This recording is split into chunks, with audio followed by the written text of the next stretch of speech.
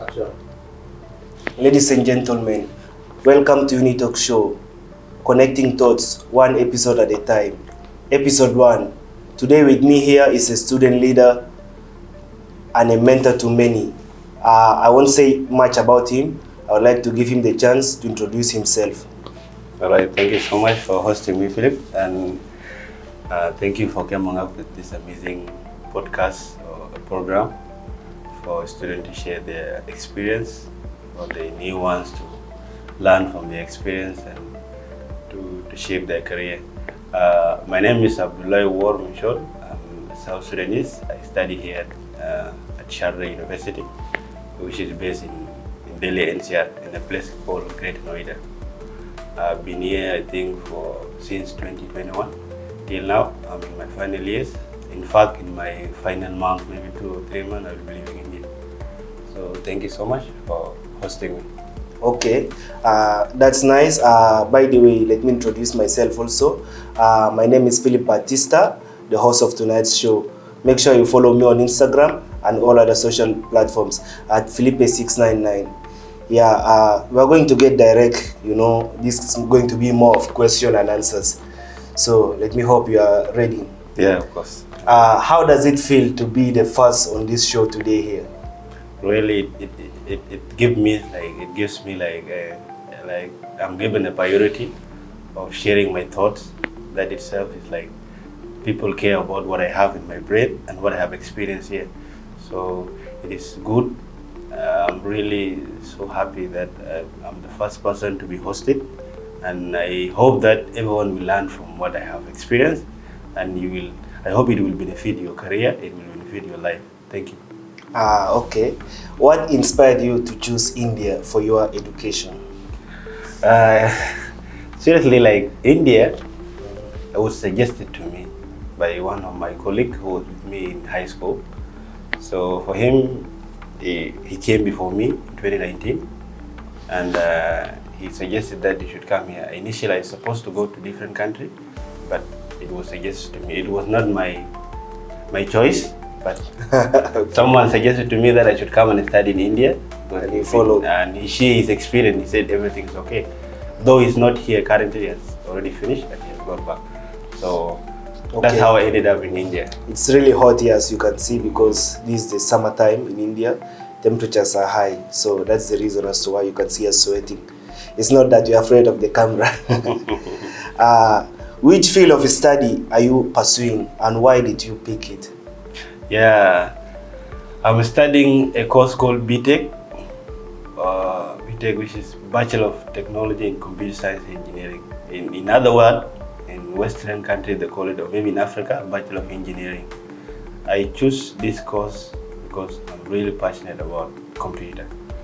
And the first thing that got me, that catch my attention when I was back home, like I'm always having a curiosity to know how this app works, having curiosity of how this website is work. I'm having also a curiosity of how does this internet work itself. Like how do we get the information, how information is sent, how information is received. So out of this curiosity, I developed the passion of pursuing this study. Okay. So this is how I came to know that for me, I have this passion of pursuing the technology part. Okay, are you doing any specialization, and how long is your course? Well, in this course, there's option of doing specialization, but for me, I took core. Core means like you will study everything from the first semester to the end, but there's something called mini specialization. It's not a special, but it's mini specialization. So that mini specialization is full stack, which deals with the development of websites, applications, backend and frontend. The apps you use, like you might be watching us later on Instagram, let's say on WhatsApp. So the frontend and backend, those who develop those applications. Full stack developers. Yeah. We are the Okay. ones. How would you compare the education system in India to the one in your home country? Like honestly, India is much advanced than us in terms of the tools. So for you to study, like for instance, if you're going for farming, there are tools that you need. Well, the same thing applies to the student life. If a student is going for studies, there are some tools that are needed. Be it internet. In this modern world, we need internet. So internet is very cheap in India. So in my country, internet is very expensive. And in some areas also it's not there. And I mean, maybe it's very low, it's not reliable. And also, when it comes to online studies, I want to buy a course online. So it's very convenient in India because I'll be having a bank to pay online, which is not like a case in my country. And also, I think the ways curriculum are structured in universities here in India is much advanced than the one of my country. It's quite different, yeah. Okay, there's something I would like to get from you. What has been your favorite subject or project so far? The favorite subject is the subject, right, or the course? The subject. The favorite subject that I liked in my entire course is computer network. Computer network, okay. Because I basically having a curiosity of how this internet works, how the information is sent from one person to another. So computer network teaches you how these things follow. You studied the TCP, exactly, like router, UDP, switches, all this information sent from one phone to another phone, or from one computer to another computer. So, okay, how has your academic experience in India shaped your career goals? Really, the academic experience in India has really shaped my career goal in a way that it gives me like a foundation of how to work, like how to shape my future. I'm a software engineer. Okay. So in India, when I experience everything, it gives me the background how to be a software engineer. Even if I'm not learning from school, but the curriculum has really helped me to foresee the future. Or maybe if I'm going for further studies, it will really help me due to the advanced curriculum, the way they update their curriculum and syllabus.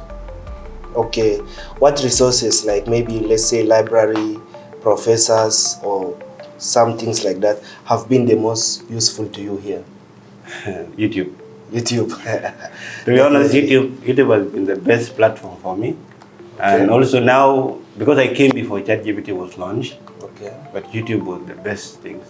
I came like, for me, I had a gap between secondary school and university, I think 3 years. Okay. So you have been away. Yeah, I've been away. I've been working. Okay.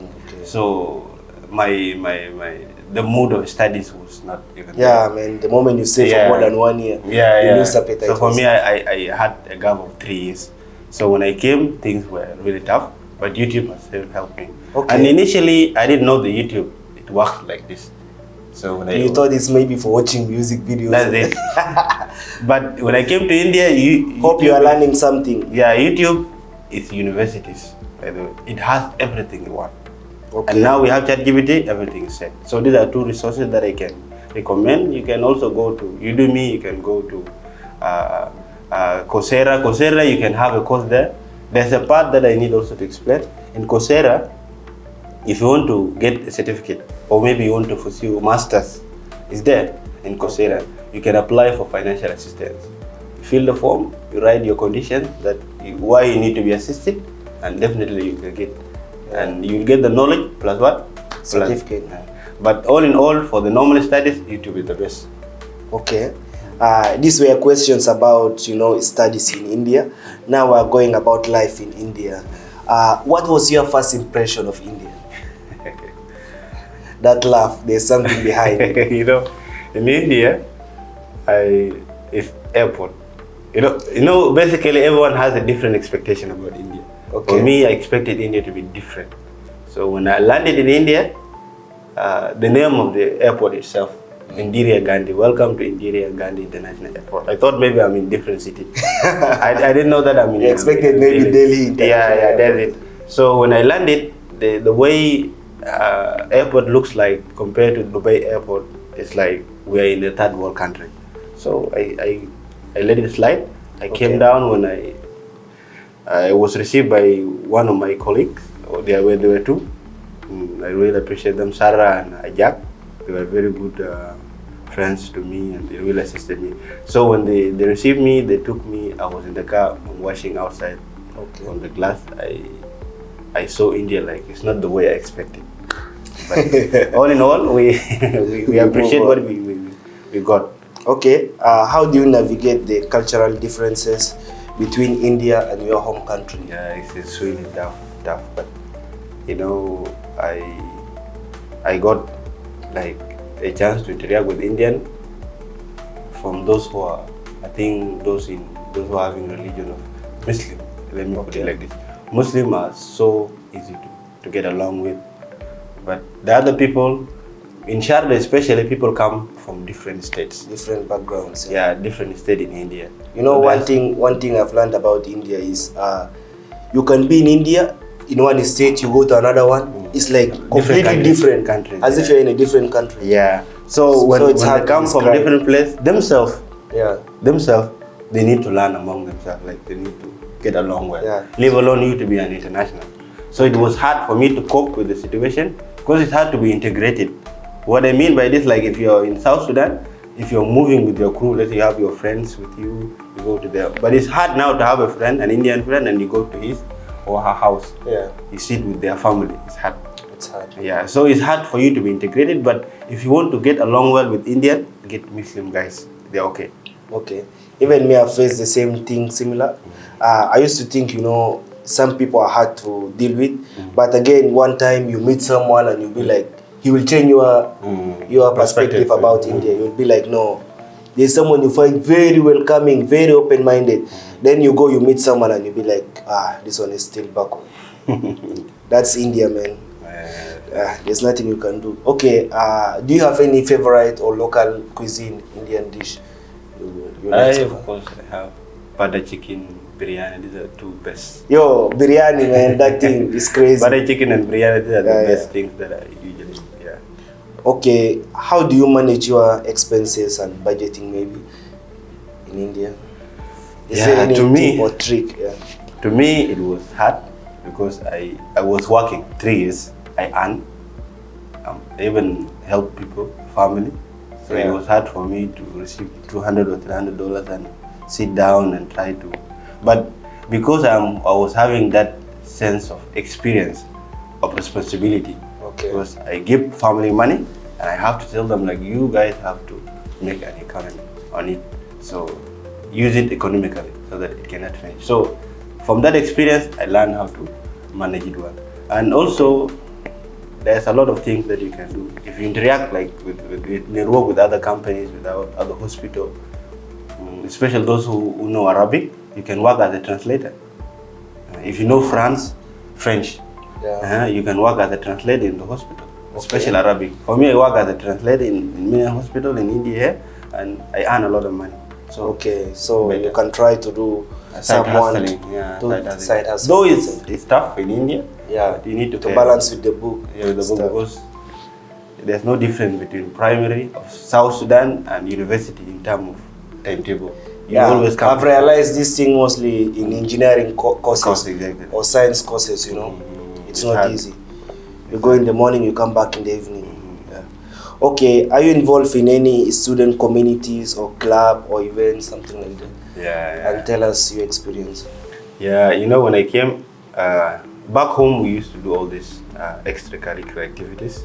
When I was in high school, I ran for the position. All of us might be knowing the head boy of the school.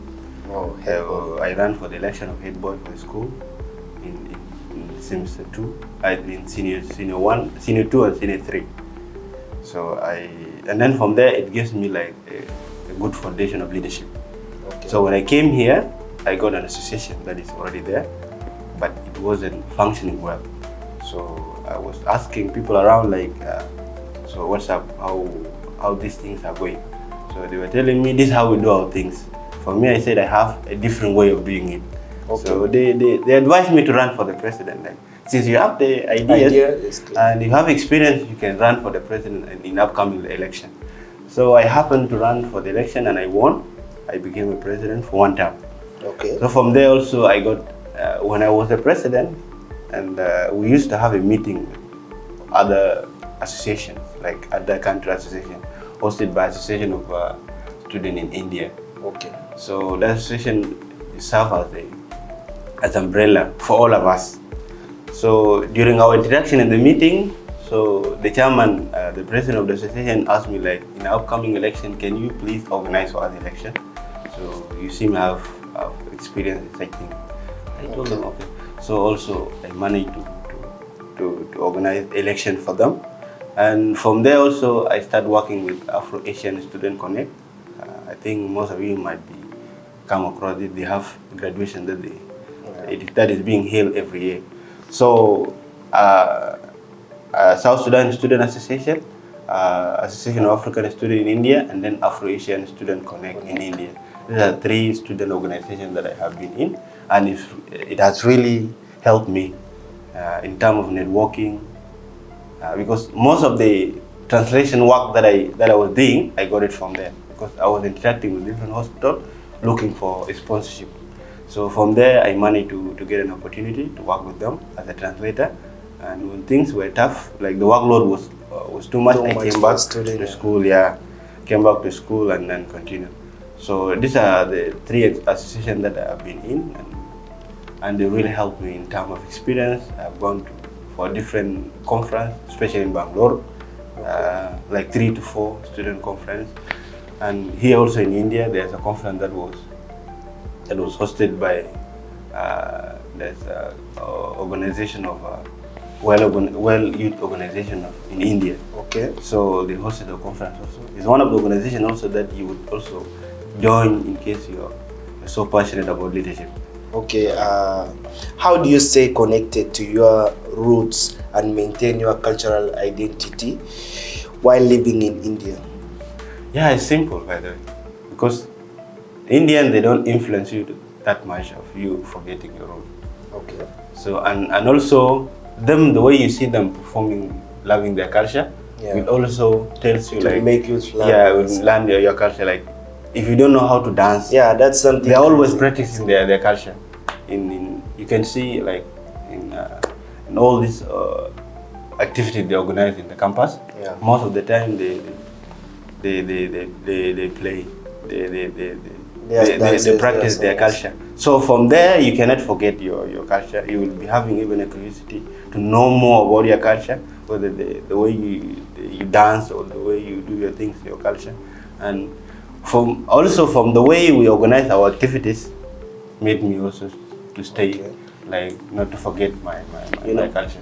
You know, one thing about India that I've realized, if you find an Indian, he looks at you, he knows you are not an Indian, you are an African, but he will speak to you in his language.